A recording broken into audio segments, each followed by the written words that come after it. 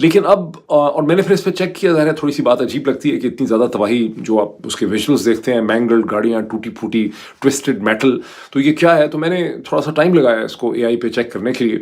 اور پتہ چلتا ہے کہ گیس سلنڈر کے پھٹنے سے اس قسم کی تباہی جو ہے وہ مچتی ہے، بیکاز بنیادی طور پہ آگ پھیل جاتی ہے، پھر گاڑیوں کو آگ لگ جاتی ہے، تو ایسا گیس سلنڈر کے پھٹنے سے بھی ہو سکتا ہے۔ لیکن اب دلی کی پولیس اور وہاں کی نیشنل انویسٹیگیشن ایجنسی یہ کہہ رہے ہیں کہ ایک سرٹن ڈاکٹر محمد عمر کو وہاں سے فرار ہوتے دیکھا گیا۔ اب تک یہ کلیئر نہیں ہو سکا، میں نے جتنا اس پہ پڑھا ہے، انویسٹیگیٹ کیا ہے، اور آج کل آپ کو پتہ ہے کہ آپ اے آئی ایپس کی بھی مدد کرتے ہیں،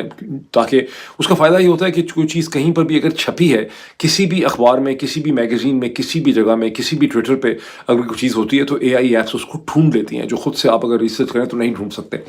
تو یہ نہیں سمجھ آ سکی کہ اس گاڑی کے اندر سوار کون تھا، اس میں کوئی مسافر تھے، اور جب گاڑی پھٹی ہے تو کیا اس کے اندر کوئی لوگ موجود تھے؟ بیکاز اگر اس کے اندر لوگ موجود تھے تو پھر ان کا کیا ہوا، یا یہ ہے کہ پھٹنے سے پہلے وہ گاڑی سے نکل کے فرار ہو گئے۔ بہرحال دلی کی پولیس جو ہے اس نے باقاعدہ لوگوں کے نام لیے ہیں، وہ کہتے ہیں کہ ان کے اوپر شک کا اظہار ہے اور اس کی انویسٹیگیشن جو ہے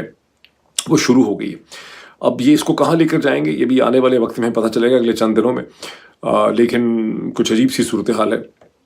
امریکہ کے صدر ڈونلڈ ٹرمپ نے مین وائل یہ اعلان کیا ہے کہ ہندوستان کے ساتھ ان کا ٹریڈ ڈیل آلموسٹ کنکلوڈ ہو گئی۔ بہت زبردست قسم کی ٹریڈ ڈیل ہوئی، ایسی ڈیل کبھی ہوئی نہیں۔ بہت جلدی اس کی ڈیٹیلز جو ہیں وہ شیئر کی جائیں گی۔ یہ سب کچھ انہوں نے کامنٹس اس وقت کیے ہیں جب امریکہ نے ایک نئے سفیر جو ہیں ان کو بھیج رہے ہیں، جن کا نام سرجیو گور ہے، جو رشین اوریجن کے ہیں، بزنس مین ہیں، کوئی سے پہلے وائٹ ہاؤس کی اپوائنٹمنٹ بھی کرتے رہے ہیں، وہ امریکہ کے نئے سفیر کی حیثیت سے ہندوستان آ رہے ہیں۔ اور اس موقع پہ ڈونلڈ ٹرمپ نے یہ بھی کہا ہے کہ آپ نے جا کے ہندوستان کے ساتھ میرے اچھے دوست جو ہیں نریندر مودی، اچھے پیارے دوست نریندر مودی جو ہیں، ان کے ساتھ ہمارے تعلقات کو آپ نے زیادہ مضبوط بنانا ہے اور اسے آپ نے ڈیپ کرنا ہے۔ اس کے ساتھ میں ایک بڑی انٹرسٹنگ ڈیولپمنٹ یہ دیکھی کہ افغانستان کے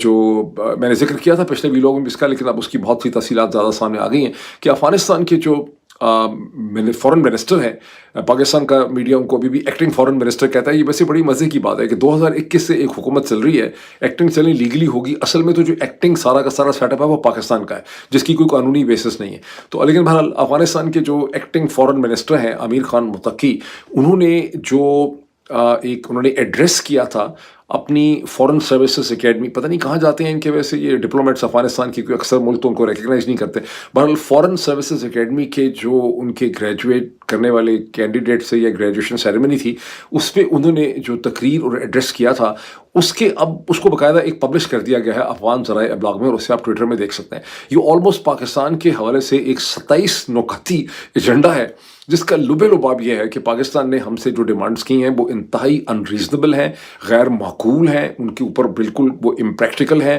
اور اس پہ پھر سوال ریز کیے گئے ہیں کہ کیا یہ دہشت گردی 20+ سال سے 20-25 برس سے پاکستان میں نہیں ہو رہی؟ کہ پاکستان کی حکومتیں مختلف ادوار میں یہ نہیں کہتی رہیں کہ 70 سے 80 ہزار لوگ جو ہیں اس دہشت گردی میں ہلاک ہو چکے ہیں؟ کہ پاکستان کے اندر ملٹری آپریشن نہیں ہوتے رہے؟ کہ پاکستان کے اندر ڈرون سٹرائکس نہیں ہوتی رہیں؟ یہ کیا وجہ ہے کہ آل آف سڈنلی پاکستان ہم سے یہ ڈیمانڈ کرتا ہے؟ اور انہوں نے کہا کہ پاکستان ہم سے ڈیمانڈ ہی یہ کر رہا ہے کہ پاکستان کے اندر کی جو سیکیورٹی سچویشن ہے، کہ پاکستان کے اندر کوئی حملے نہیں ہونے چاہیے۔ انہوں نے کہا کہ یہ چیز ہمارے لیے بالکل ناممکن ہے۔ انہوں نے یہ بھی کہا کہ پاکستان کی حکومت کے اندر ایسے بہت سے عناصر ہیں جو افغانستان سے بہتر تعلقات چاہتے ہیں، وہ امن چاہتے ہیں، لیکن ایسے دھڑے اور ایسے ویسٹڈ انٹرسٹ ہیں، اشارہ ان کا میں خیال جنرل عاصم منیر صاحب کی ٹیم یا فوج کی طرف ہے، جو نہیں چاہتے کہ افغانستان کے ساتھ امن ہو۔